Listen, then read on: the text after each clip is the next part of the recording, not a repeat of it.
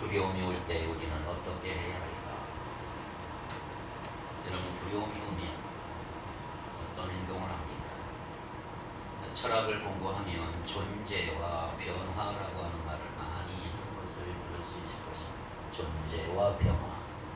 인간과 우주는 그냥 존재하는 것이냐 아니면 변하고 있는 것인가, 이걸 놓고 철학자들이 여러 가지 논쟁을 많이 합니다. 결론은 모든 존재는 다 변한다. 그러나 좋게 변할 수도 있고 나쁘게 변할 수 있는 것이 문제다. 나쁜 하향적 변화인가, 좋은 상향적 변화인가, 이것이 문제다. 오늘 우리도 계속 변화하고 있는데 그 방향이 어느 쪽으로 변화되는가, 이것이 굉장히 중요합니다. 오늘 성경 본문은 다윗이 쓴 시입니다. 다윗이 처한 형편이 드러나 있지요. 그 대표적인 단어가 대적이라고 하고 원수라고 하고 나의 대적, 나의 원수라고 말하고 있습니다. 다윗에게 큰 적이 있었으니 얼마나 힘들었을까. 나를 싫어하는 정도가 아니고 나와 원수가 됐다. 나와 대적이 됐다. 그는 악한 행동을 하는 행악자로, 대적, 원수로 표현되는 사람들이었습니다. 3절에 보니까 그들은 군대를 이끌고 전쟁을 이끄는 사람들이었습니다. 12절에 보면 위증자라는 말도 있어요. 말을 바로 하지 않고 거짓말로 괴롭히는, 비방하는 사람을 위증자라. 악을 토하는 자도 있습니다. 입만 열면 욕하는 사람들, 이런 사람들이 다윗 주위에 있었습니다.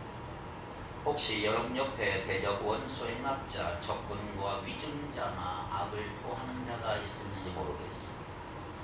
다윗은 극도로 어려운 상황에 처해 있었으며 자연히 그 마음에 두려움이 일어날 수밖에 없었습니다. 밖으로는 적들이 둘러싸고 안으로는 불안과 공포와 두려움, 낙심이 자리 잡고 있었던 것입니다. 그런데 여러분, 우리 인생에 수많은 일들이 이렇게 많이 벌어지는데 사실은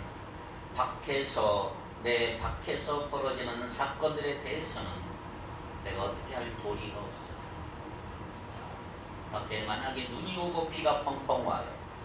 그것은 내 의사와 상관없이 일어난 일입니다.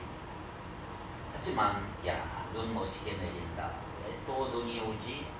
이것은 내 생각과 태도는 내가 관리할 수가 있는 것입니다.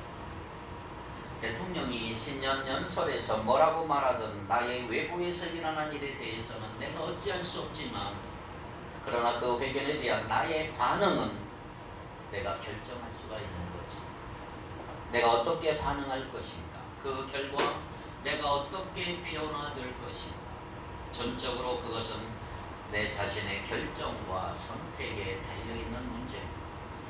계속 반응을 잘하는 사람들은 아름답게, 훌륭하게, 상향적으로 변화되지만 잘못된 사람들은 하향적으로 망가질 수가 있습니다. 5년 전 40살 된 젊은이가 있었습니다.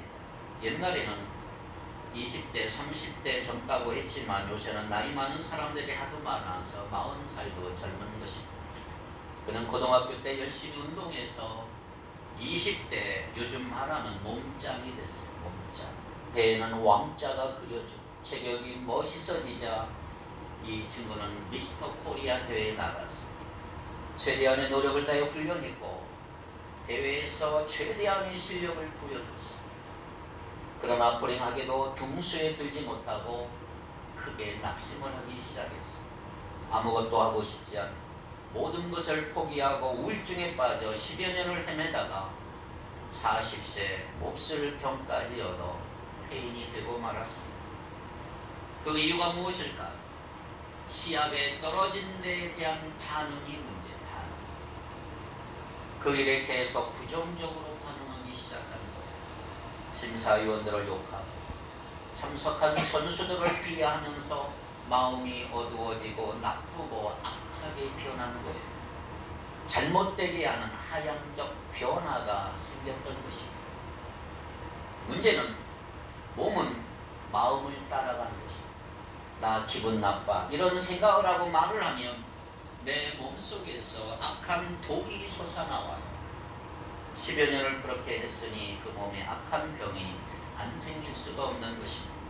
감정에 대해 어떤 반응을 보이느냐 대단히 중요한 문제입니다. 오늘날 현대인의 대표적인 감정 두 가지를 든다면 하나는 우울함, 또 하나는 두려움입니다. 우울함과 두려움 속에 이 사회가 빠져 있습니다.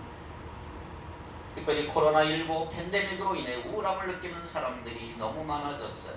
그래서 코로나와 우울감이 합쳐진 신조어가 있어요. 코로나 블루라고 해요. 코로나 블루. 블루가 우울증이라는 말인데, 코로나와 우울감이 합쳐진 신조어가 코로나 블루입니다.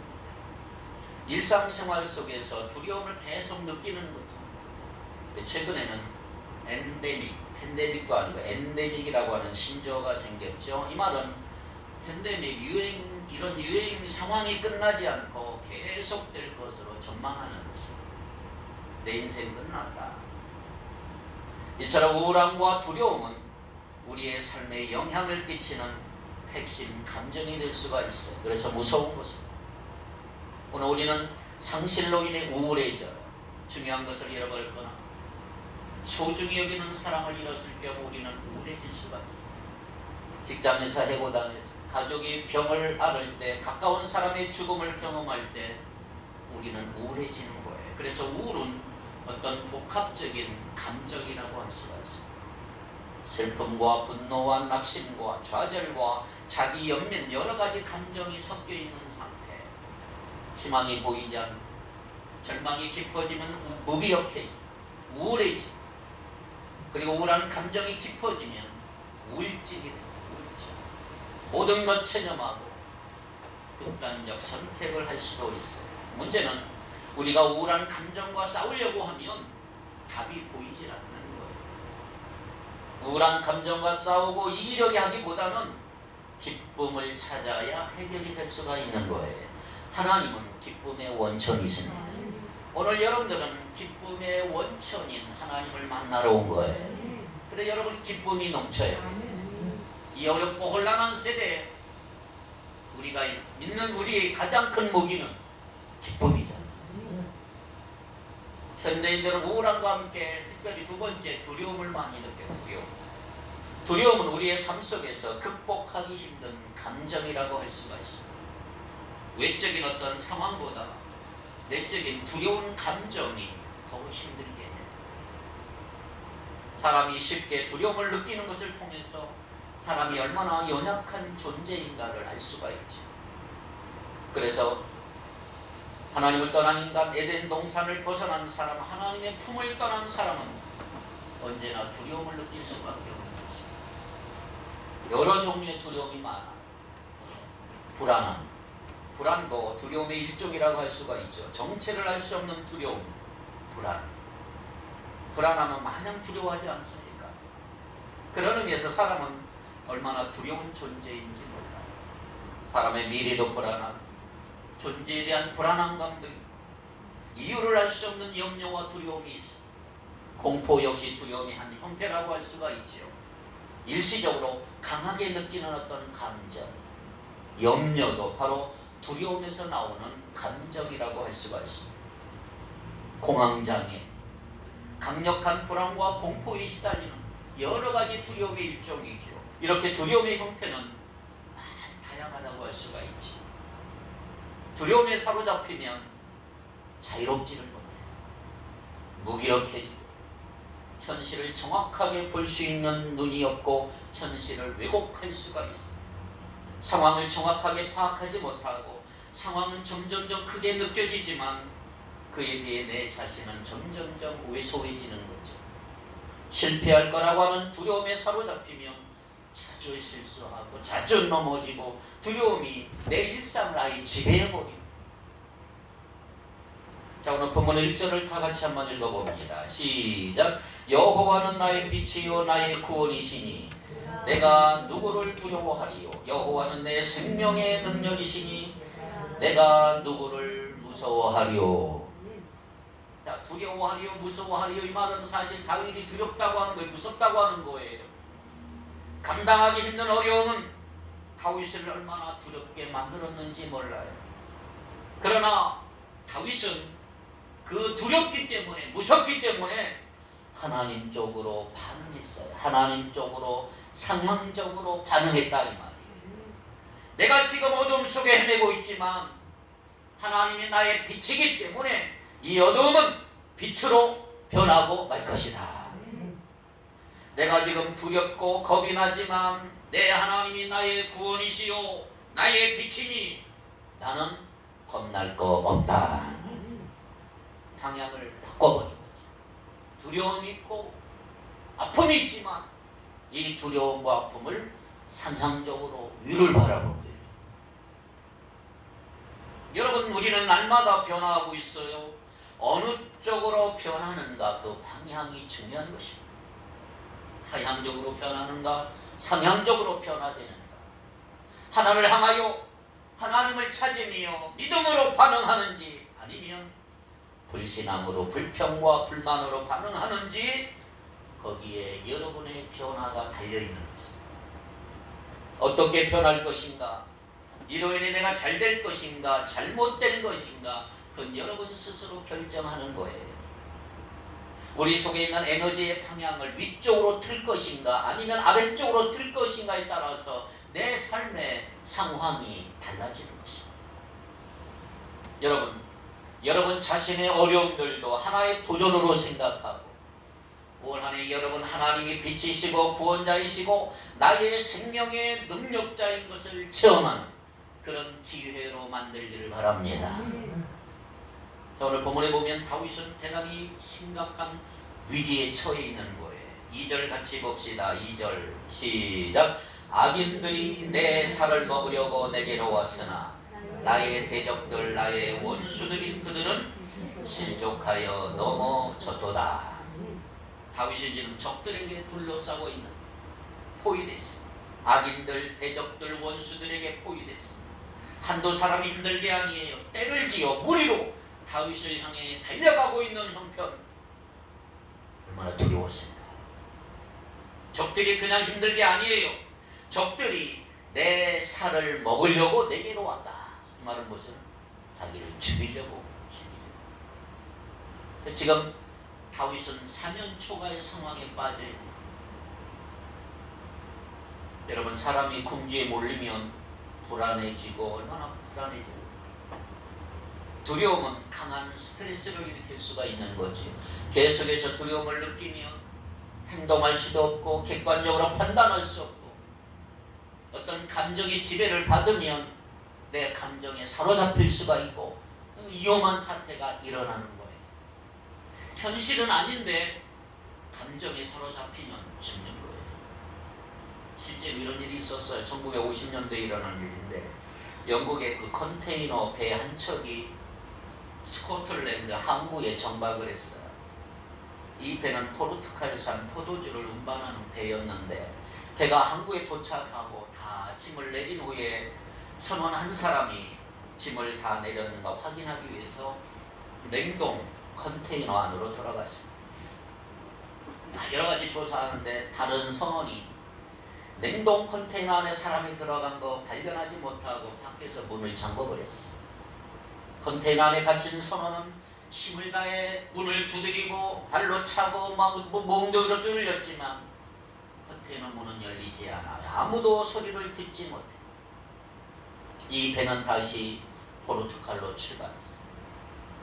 냉동 컨테이너 안에 있는 선원은 자신이 곧 얼어 죽을 거라고 생각하기 시작했어. 그래서 그는 바닥에 있는 쇠막대를 하나 집어들고 자신이 아픔을 겪는 그 곧 죽음의 고통을 벽에 막 쓰기 시작해. 난 이렇게 죽고 이렇게 죽어간다. 손가락, 발가락이 얼어붙었고 코가 얼어붙었어. 냉기가 폐부를 찌르는 듯 추위가 다가오는 것이다. 그리고 온몸이 얼음덩어리처럼 된 것이다. 마침내 포르투갈 배가 리스본에 도착했을 때 냉동 컨테이너에 갇힌 선원은 얼어 죽은 채로 발견이 됐어. 사람들은 컨테이너 벽에 기록되어 있는 글이 있어 잔뜩 그걸 읽어보았어. 그런데 냉동 컨테이너 안은 따뜻한 거예요. 따뜻한 거예요. 온도를 측정해 보니까 영상 19도.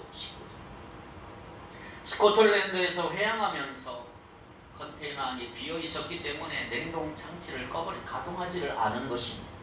그리고 컨테이너 안에는 먹을 것이 있었어요. 근데 그 선원은 자신이 춥다고 느꼈기 때문에 얼어 죽었다. 자신의 생각 때문에 죽음을 당하고 만 것입니다. 어떤 상황에 대해서 하향적으로 반응했기 때문에 죽은 거예요. 사람은 이렇게 자신의 감정에 속을 수가 있는, 감정에 지배를 받으면 안 된다는 거죠. 감정을 그대로 두면 감정에 속아서 감정이 여러분의 삶을 지배하고 감정을 통제할 수가 없는 거예요. 이렇게 자신의 감정을 자신이 통제할 수 없다고 생각 그대로 두면 어려움을 겪는 경우가 너무 많은 것입니다. 여러분, 요즘에 분노 조절 장애라고 하는 말이 있어요. 감정이 수시로 폭발하고 감정이 조절이 안 돼. 분노가 조절이 안 돼요. 부정적인 감정에 노출되면 점점점 부정적으로 생각하기 쉬운 것입니다. 문제보다 문제로 인해 느끼는 두려움을 이기지 못해서 고통하는 많은 사람들이 있습니다. 오늘 본문에 보면 다윗은 자신을 죽이려고 하는 사람들에게 지금 맹 둘려 있습니다. 장인 사울이 그를 죽이려고 달려든 아들 압살롬에게 반역을 당하고 믿었던 신하가 다윗을 배신하고 가까운 사람으로 인해 고통을 얼마나 많이 겪었는지 몰라요. 오늘도 마찬가지잖아요. 여러분, 다윗이 경험한 것과 같은 사건들이 우리 주위에 얼마나 많이 일어나는 거예요. 사랑으로 키웠던 자녀에게 부모의 반항을 하고 부모와 원수가 되고 동업했던 친구가 경쟁업자가 되기도 하고 함께 살았던 부부가 인연을 끊는 일도 일어나요. 이렇게 믿음으로 살려고 할 때 오늘 우리는 사방에 둘러싼 적들과 마주칠 수가 있는 것입니다. 종교개혁자 마르틴 루터가 종교개혁을 일으키니까 적들이 군대처럼 몰려들었어요. 루터를 죽이려. 그렇게 지냈던 친구들, 이웃들이 루터를 죽이려고 달려요. 그의 주위에는 그를 죽이려고 하는 사람은 얼마나 가득한지. 옳은 일 하려고, 믿음으로 살려고 하면 몰려드는 거예요. 나를 죽이려고. 다윗도 마찬가지입니다. 보세요. 아들의 반역으로 민심이 흉흉해졌어요. 급하게 도망갈 수밖에 없어요. 아들이 아버지의 원수가 되고 행악자가 되었다는 거 얼마나 비극입니까? 가슴이 떨려서 아무것도 할 수 없었을 것이고 식음을 전폐하고 도망다니기 바빴을 거예요. 이런 상황을 겪으면 사람들은 자신을 힘들게 하는 상황과 사람을 계속 생각하는 경향이 있어요. 두고 보라. 원수가 부렸어요. 그러나 여러분, 악한 사람을 대적하면 자신도 악한 사람이에요. 악한 사람을 생각하고 악한 사람과 싸우다 보면 똑같아져 비슷해지는 거지.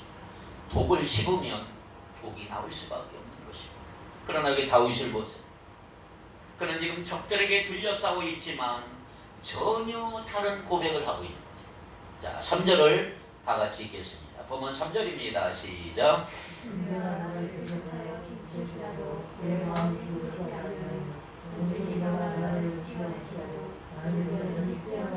나는 여전히 태어나리로다. 두려워할 수밖에 없는 상황이었지만 그러나 전혀 두려워하지 않는 다윗을 한번 보세요. 어떻게 이렇게 고백할 수 있을까요? 나는 여전히 태어나리로다. 이 말은 뭐냐? 하나님에 대한 확신으로 인해서 나는 끝까지 하나님을 믿고 신뢰하겠다. 상황을, 어떤 불안한 두려운 상황을 주목한 게 아니고 하나님을 믿고 신뢰하겠다. 여러분, 두려움을 느낄 때 사람들은 안전한 곳을 찾아요. 두려움을 두는 대상을 맞서기보다는 막 도망하려고, 도피하는 것입니다. 두려움을 느끼면 사람이 위축되고 내 자신을 보호하려고 하는 본능이 있는 거예요. 자, 이때 여러분들이 어디로 피하는가, 이것이 대단히 중요합니다. 요즘 학교 폭력 문제가 언론에 자주 거론되잖아요. 학교 폭력 피해자는 학교에 다시 가고 싶지 않아요. 사람 만나는 거 두려워하고 그래서 집에서 숨어지. 그러다 보면 혼자 지내는 것에 익숙한. 그런데 집에서 보내는 시간이 길어지면 아예 집이 피난처가 되어서 폐인이 될 수가 있어요. 나중에는 외톨이. 집은 안전하지만 그러나 집에만 머문다면 그 사람은 폐인이 될 수가 있어. 자신이 만든 방어벽을 무너뜨려야 내 삶이 확장되고 넓어질 수가 있는 거죠. 두려움을 극복하지 않으면 여러분들이 두려움 속에 갇힐 수가 있고 도피적으로 매일매일 도망가는 것밖에 되는 게 아닌 것이죠. 그래서 여러분, 두려움의 문제는 피한다고 피한 게 아니고 두려움은 해결해야 된다는 거죠. 한번 따라합시다. 두려움은 해결하자. 해결해야 됩니다. 두려움을 해결하지 않으면 내 생각을 지배하고 내 삶을 지배하고. 그래서 오늘 적극적으로 여기 나온 다윗처럼 해결해야 돼. 4절 같이 봅시다. 내가 여호와께 바라는 한 가지 일, 그것을 구하리니 곧 내가 내 평생에 여호와의 집에 살면서 여호와의 아름다움을 바라보며 그의 성전에서 사모하는 그것이니라. 자, 두려움이 왔어요. 다윗은 어떻게 했어요? 하나님과 함께 하기를 구했다. 여호와의 집, 여호와의 아름다움, 여호와의 성전을 바라보았던 다윗이에요. 두려움이 왔을 때 다윗은 하나님을 바라보며 하나님께 시선을 고정시킨 거죠. 그렇습니다. 하나님은 우리가 연약할 때 만나 주시는 분이세요. 그러므로 힘들 때 여러분, 하나님 만나기 아주 좋은 기회. 아프고 어려울 때 하나님 만날 찬스. 자, 두려움이 있을 때 이렇게 다윗은 하나님의 성소를 주목했고 하나님의 집에서 평생 살기를 원했어요. 그러면 다윗은 왜 하나님을 주목했을까? 5절에 보니까 이런 말합니다. 여호와께서 환난날에 나를 그의 초막 속에 비밀히 지키시고 그의 장막 은밀한 곳에 나를 숨기시며 높은 바위 위에 두시리로다. 하나님께 주목한 이유, 하나님 안에는 안전함을 경험할 수 있다는 거죠. 하나님은 환난날에 내가 숨을 곳이 된다는 거죠. 하나님은 하나님의 초막 속에 그의 장막 안에 우리를 비밀히 숨겨주시고 지켜주시고 은밀한 곳에 숨겨주시는 분이라는 걸 알았다 이 말이죠. 여러분, 은밀한 곳 어디예요? 쉽게 발견하기 어려운 곳, 하나님께서 이끌어 주셔야 들어갈 수 있는 곳, 하나님이 거기에 우리를 다 보호해 주신다. 다윗의 위대한 점은 이것입니다. 다윗은 숨을 곳을 알았어요. 그는 대적으로부터 자신을 지키려면 어떻게 해야 하는지를 알았다 이 말이에요. 그리고 다윗은 하나님이 가장 완벽한 보호막이라고 고백하고 있는 것입니다. 그렇다면 하나님은 가장 완벽한 피난처이심을 믿으십니까? 이걸 우리는 오늘 경험해야 된다. 경험해야 된다. 이걸 경험한 사람은 우리는 하나님께 나갈 수가 있는 거예요. 하나님이 나를 피해 주실까? 비밀히 지켜주시고 은밀한 곳에 숨겨주실 것이다. 우리가 살면서 두려움을 경험하는 이유는 왜 두려움을 경험하냐 하면 상대가 나보다 크다고 생각하기 때문에 그런 것입니다. 나의 능력보다 상황이 크다고 생각하면 두려움을 느껴요. 그래서 두려워할수록 나는 초라해지고 상대는 화려해지는 것입니다. 나는 아무것도 없는데 상대는 엄청나게 커 보이고 나의 전력은 약한데 상대는 첨단 무기로 달려오는 거예요. 자신을 초라하게 생각할수록 두려움은 커질 수가 있는 거죠. 어떻게 하면 될까요? 상대보다 압도적으로 강해야 두려움을 이길 수가 있는데, 그런데 문제는 내 힘으로 안 되는 거예요. 한계를 넘어선 상황에 나는 내몰리면 속수무책 당할 수가 있는 것입니다. 자, 그래서 내가 힘이 없으면 누군가의 힘을 빌려야 하는데 다윗을 보세요. 다윗은 누구의 힘을 빌리고 있나요? 누구의 힘을 의지하고 있나요? 여호와 하나님을 의지하고 있는 거예요. 다윗은 대적에게 주목하지 않았어요. 다윗은 여호와의 집을 찾았고 전능하신 하나님을 바라보았다 이 말이에요. 가장 안전한 곳이 어딘가를 아는 거예요. 그에게는 누구도 침범할 수 없는 방공호 피난처가 있는데 그곳이 어디냐? 하나님의 장막이다. 하나님의 장막. 기억하세요. 하나님께서 임재하시는 곳이 하나님의 장막이에요. 하나님의 장막에서 올해 여러분 안식과 만족을 경험할 수 있기를 축복합니다. 그러므로 다른 곳 찾지 마시고 다른 사람 만날 필요 없이 5절에 보니까 환난날에 나를 그의 초막 속에 비밀히 지켜주시고 그의 장막 은밀한 곳에 나를 숨기시며 높은 바위 위에 두시리로다. 우리가 살아가면서 모든 것이 잘 될 때는요, 사람들은 하나님의 장막에 관심 갖지 않아요. 그런데 인생의 폭풍이 몰아치면, 두려움이 올 때는 하나님의 장막은 최고의 요새라 할 수가 있는 거죠. 우리가 시편을 많이 읽어보면, 특별히 다윗이 쓴 시편을 읽어보면 다윗은 하나님의 장막을 한두 번 이용한 게 아니에요. 여호와의 전, 여호와의 장막 여러 번 언급하면서 다윗은 여호와의 장막을 수시로 찾았고 힘들수록 다윗의 장막에 오랫동안 머물렀던 다윗입니다. 그렇다면 여러분의 삶이 힘들고 어려울 때, 두려움이 왔을 때 여러분들 피할 곳은 어디인가요? 어디로 피하고 있습니까? 하나님의 임재로 가득한 곳, 하나님의 장막으로 피하는 여러분 되기를 바랍니다. 하나님의 장막에는 하나님이 계십니다. 장막이 어떻게 뭘 만들었는가 이건 중요하지 않습니다. 장막에 누가 계시는가가 중요한 것입니다. 하나님의 임재로 가득한 곳, 하나님의 장막으로 피하는 우리 모두가 되기를 축복합니다. 하나님께 가까이 나가는 것이 최고의 복이다. 자, 이렇게 하나님께 피할 때 어떤 일이 일어날까요? 3절 봅니다.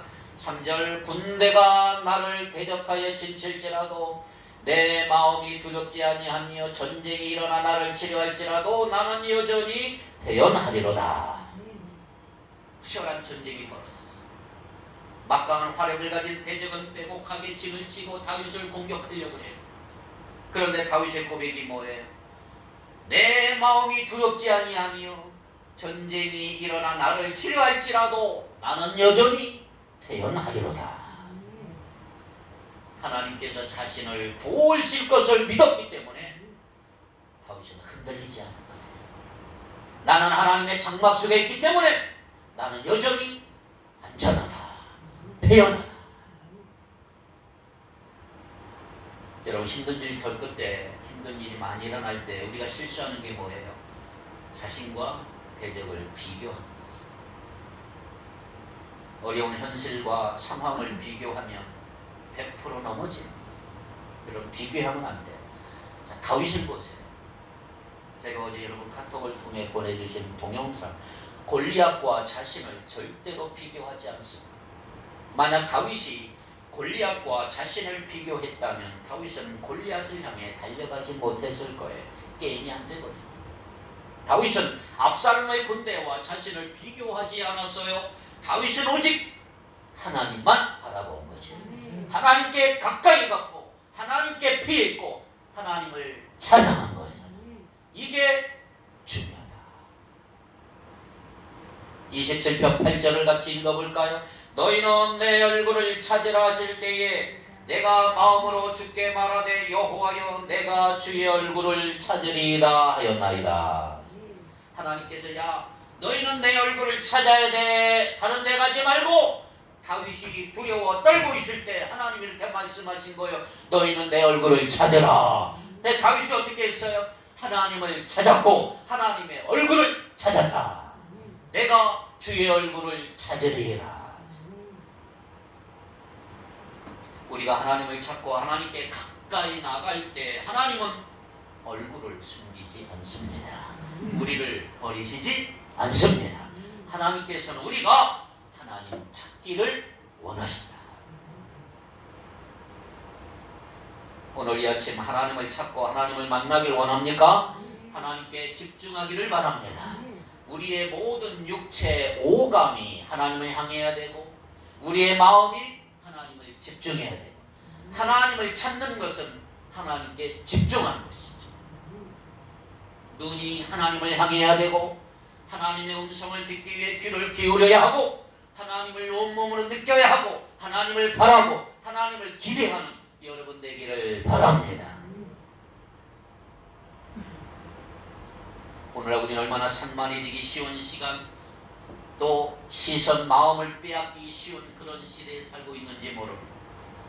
하나님의 임재 안에 머물려면 여러분들 의지적인 어떤 결단이 필요합니다.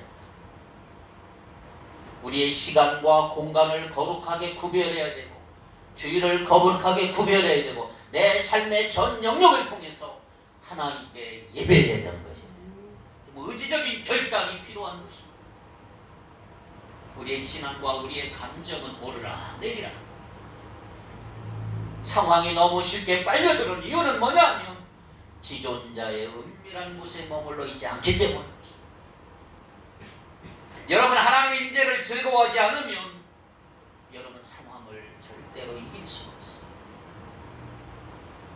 하나님 외에 어떤 것에도 여러분이 영향을 받지 않기를 바라고 하나님의 집에 거하는 복을 마음껏 누리기를 바랍니다. 아쉬운 것은 예배 가운데 깊이 들어가지 못하는 사람들이 많이 있다는 것입니다.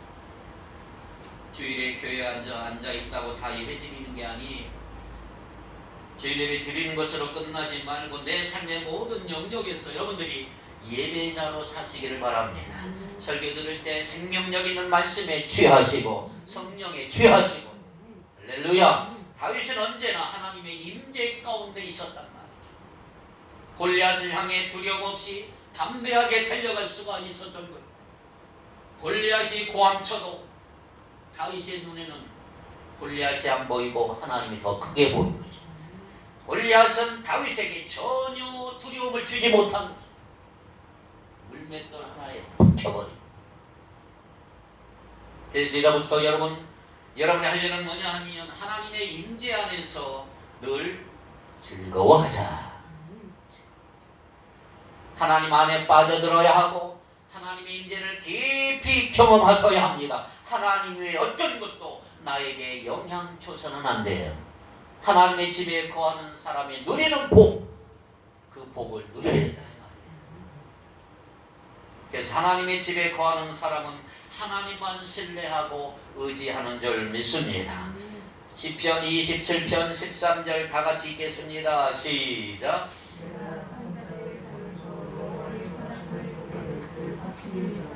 확실히 믿었도다. 다윗은 확신했어요. 하나님의 성품을 확신했고 자신의 삶이 하나님의 손안에 있다는 거 믿었다. 어린아이에게는 엄마의 품이 가장 안전하듯이 전쟁이 일어나 총알이 빗발쳐도 엄마의 품에 안겨나기는 평안을 누리듯이 다윗은 하나님의 품을 신뢰했고 선하신 하나님을 찾아서 집중한 거예요. 하나님 피한 거예요. 우리의 완전한 아버지 되시고 나를 완전하게 보호해 주시는 분은 하나님이시다.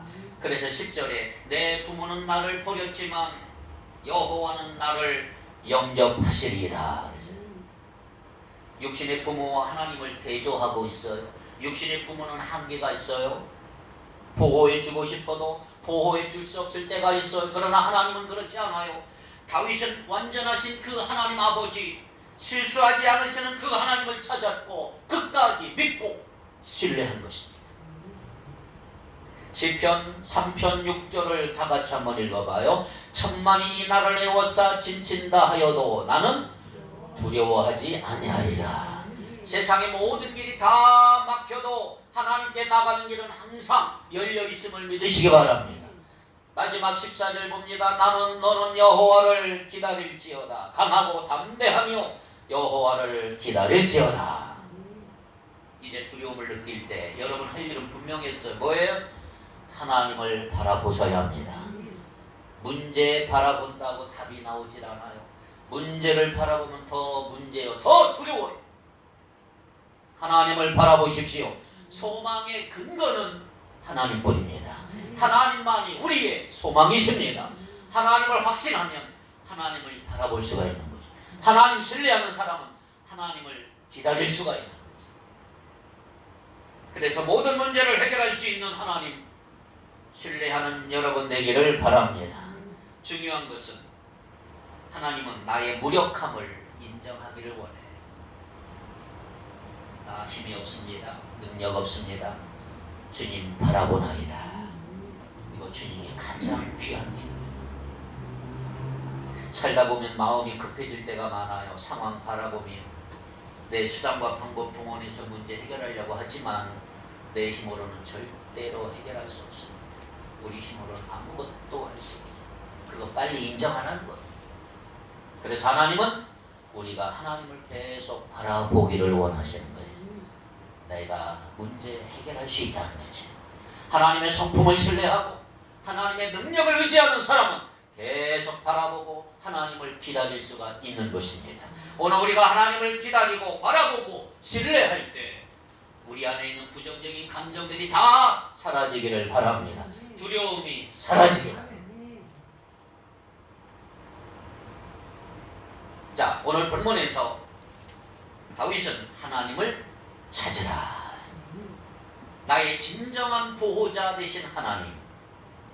예배 속에서도 하나님의 임재를 깊이 경험하기를 바랍니다.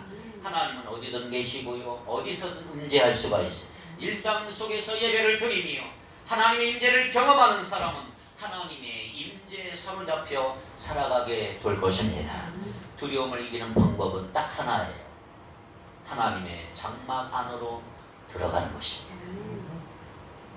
그래서 하나님은 우리에게 이렇게 말씀하십니다. 하나님을 찾으라. 찾으라. 우리의 수단 방법을 이용하여 두려움 이겨내려고 하지 말고 내 연약함 철저히 인정하고 내 수단 방법 다 포기하고 지존자의 은밀한 곳에 숨어 하나님의 장막 안으로 들어가기를 바랍니다. 일상 속에서 하나님의 임재를 경험하고 산다면 천만인이 나를 에워싸 친친다 할지라도 나는 두려워하지 아니하리이다. 여러분 하나님의 보호 안에 있다 이 말이에요. 끝까지 하나님을 신뢰하시기 바랍니다. 하나님은 우리 편에 서 계신다는 말이에요. 하나님은 우리의 아버지 되신다 이 말이에요. 우리를 완전하게 보호하신 분은 살아계신 하나님이십니다. 그래서 하나님의 그 보호 안에서 강하고 담대할 수 있기를 주님의 이름으로 축원합니다. 기도합시다.